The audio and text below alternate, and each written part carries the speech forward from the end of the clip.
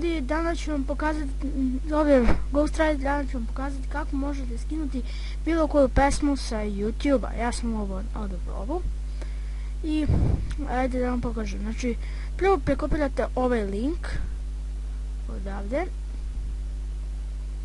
kopiraj i odete na ovaj sajt koji će vam biti u deskripciji. Onda zatim ovo obrišete i samo nalepite. Ja ću CTRL i pretvori video i evo ga. I onda kliknite preuzmi. Kada vam se to skine, stavite pesmu gdje želite već. I to je to. Ovo će biti i najava za pitanje i odgovore. Tako da, molim vas, postavljajte pitanje u komentarima ovog videa. Snimat ću pitanje i odgovore, uz to će biti i upoznavanje plus. I da, otvaram novi kanal na leto.